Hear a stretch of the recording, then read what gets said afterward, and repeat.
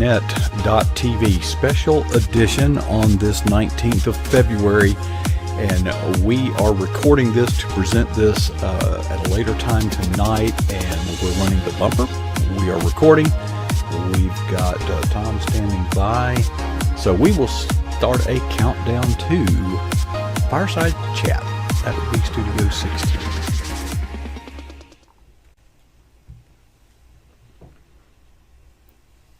Well, good evening. Welcome to pjnet.tv. Let's have a fireside chat on this special occasion. We normally are not broadcasting on Friday evenings, but we have had an opportunity to intersect with several pastors of churches that have been affected by the cold weather, the snow, the ice, and everything else that has happened out there. And we are presenting them to you to fulfill our mission statement here at pjnet.tv to provide a platform for everyday Christians to share their walk with Christ. Well, I don't know if Tom would be considered an everyday Christian, but Tom Saali is pastor of the it's the Assembly of God Church in Tyler. What? I forgot. I've spoken. It's Cornerstone Assembly of God. It's Cornerstone. Well, Tom, you moved a little bit since we last saw you, but we still see you, so we'll go with it. And Tom, first of all, thank you. I know that this has been very hectic between you and I today. We have scheduled and rescheduled this 3, maybe 4 times. Yes. That's the bad news. The good news is we're getting it done.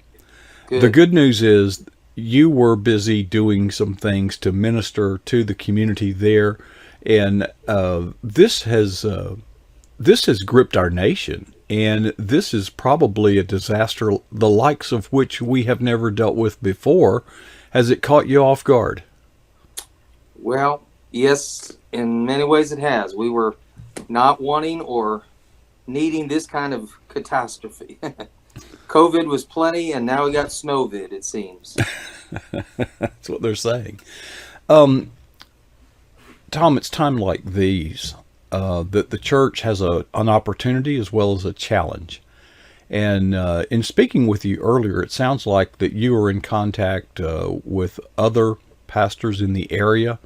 Tell us about the efforts, the challenges, the hurdles, and the testimonies that are coming out of this. Sure.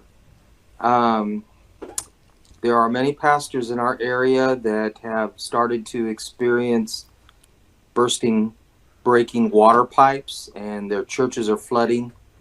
And so it makes a challenging situation even more challenging.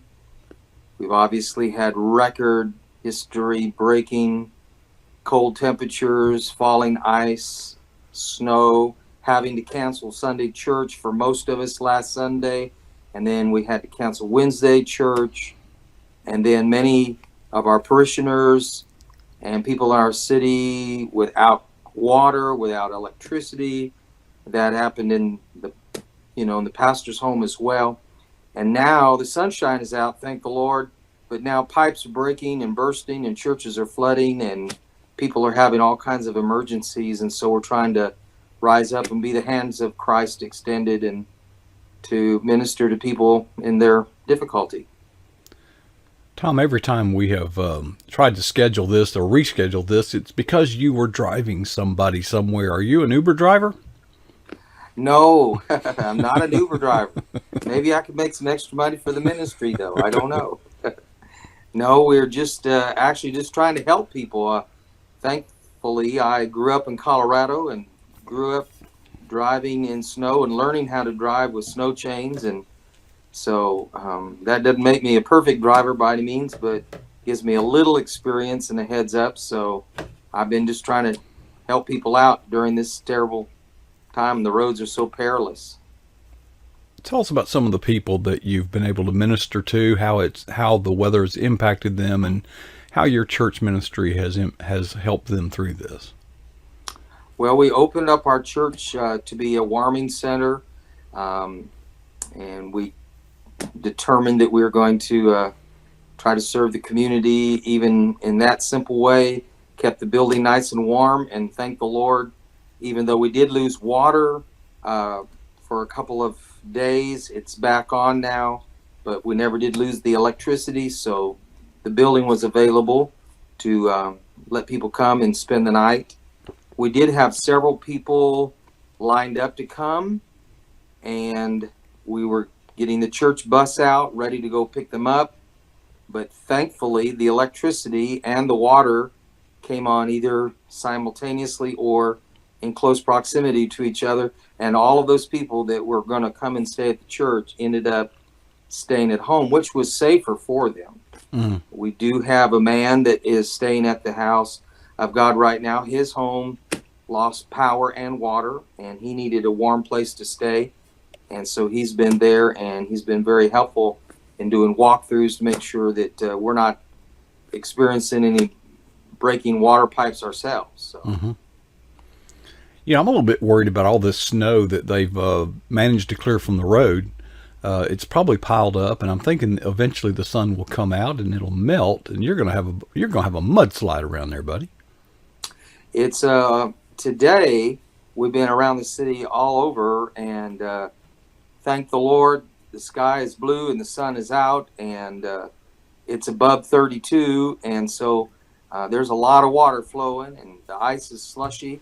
Of course, the problem is tonight it will refreeze, but then tomorrow it's supposed to be nice and warm again, warmer than today. But yep, it's melting, and I tell you what, it's still dangerous out there. Tom, share with me. Earlier, you had mentioned you were working with some 25 pastors. Now, I have served 14 years with the Florida Baptist Disaster Relief, and it's not as bad as it used to be. But when I first started, it's like the Baptists had their little huddle, and then the AGs had their little huddle, and the Presbyterians had their little huddle. Tell us about any huddling up or cooperation across denominational lines. Okay, folks, we apologize. We somehow got kind of froze up and disconnected. And I think, Tom, wherever we left off, we were discussing how the Christian community does a good job overall of responding in times like this, but sometimes denominational differences and the tendency to herd together and huddle together can hamper the body of Christ. Are you experiencing any of cooperation or things like that, or is everybody just staying on their path?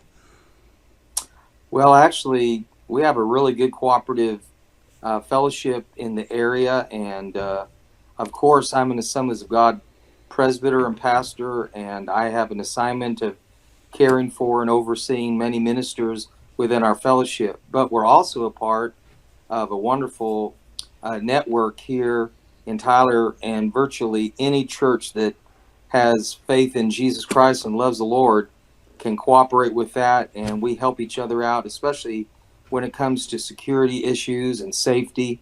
And so churches of all sizes and every kind of denomination that you can think of are a part of that, and we communicate with each other and help try to protect each other during these perilous days. Tom, in your capacity of presbyter, as you just mentioned, working with 25 different churches? Yes. What have you had a chance to get feedback from them? What are they experiencing out there, and how are you all able to come together and help each other? Well, right now, in the aftermath of dealing with this terrible snowstorm and ice and freezing cold and people losing their electricity in their homes and their water in their homes. And then now churches are experiencing water lines and pipes that are breaking and churches that are flooding. And that's happening across our district in the North Texas district of our fellowship. And so today I have been in communication with my leaders, and they're asking me to communicate with all of the pastors in my particular area, which is called the Tyler section of the Assemblies of God. And I'm communicating with those pastors. And of the 25 pastors that we have in this immediate area, so far 4 of them have already responded that pipes have broken and that their building is either fully flooded or partially flooded, and they're trying to get help and extraction and remediation in there to help get rid of the water. So now we're dealing with a lot of things and trying to help our congregations, and some pastors are trying to wonder if they're going to be able to have service this coming Sunday morning, the 21st of February, or if another Sunday might be on hold. Mm-hmm. That begins to affect, the church spiritually, financially, Mm-hmm. emotionally. There's so many factors involved. It's not easy to deal with. There's a lot of pressure and stress. I hear you. One of the drawbacks of we had that interruption, however, we got disconnected, and now I've kind of lost track of time. So we may have to just be as brief as possible because there's other programs before and after this one. Sure. Tom, do you know of any testimonies of people that have been ministered to in your community that have been helped by way of the warming centers and any of the services of relief that are being provided? Yes, we have people that have stayed at our church and have received that care. And I know of other churches in the Assemblies of God, but also Baptist churches, Church of God churches. For example, there was a 70 residents at a senior adult care that had no power and no water. They were very cold and they needed a place.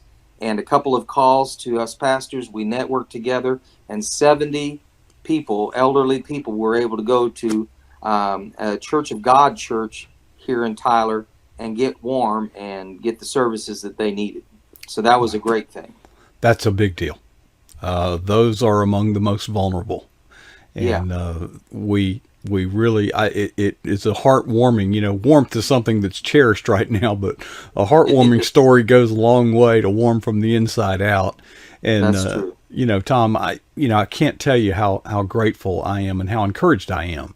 One, for your patience. You and I have been through I don't think somebody wanted this to air, and probably not. But folks, the warmth and the love of Jesus Christ is radiating across this country through the perilous times that we are facing, and it is our churches, it is our Christian communities that are stepping up and standing in that gap. And Tom, I'm so glad. I wish I could be there with you, but I am glad that you and those like you and in leadership positions are stepping up and standing in the gap, and not just to do the humanitarian good thing, the good Samaritan thing, but done in the name of the kingdom of Jesus Christ. And you're a hero, Tom, and thank you so much for taking time after 4 reschedules to get this done and share some good news. There's so much bad news, sharing good news, and we really appreciate you sharing with us. Keep doing what you're doing, and know that you all are in our prayers, and we appreciate you greatly. Thank you, Mark. I appreciate you very much, and I've enjoyed meeting you and visiting with you today. All right. Well, folks, there you have another account of the love of Jesus Christ, and there on your screen, you have an eagle eye view of the Eagle's Nest, the broadcast facilities here at pjnet.tv. Folks, we are continuing to bring you the good news of Jesus Christ through his hands and feet servant on the front lines in the battle against the cold, the snow, the ice, the frozen pipes, and anything that is hurled at them. Folks, we stand firm and we stand together. And keep watching, because it's our privilege to bring this to you. Now, before I leave, I'd like to ask you to ask yourself 2 questions. First, what is the boldest thing that you've ever done for Jesus Christ? And secondly, when was that? Folks, we can't wait for an emergency to act boldly and swiftly and confidently in the name of Jesus Christ. So I hope that none of us would allow ourselves to be satisfied with our answers to either of those 2 questions.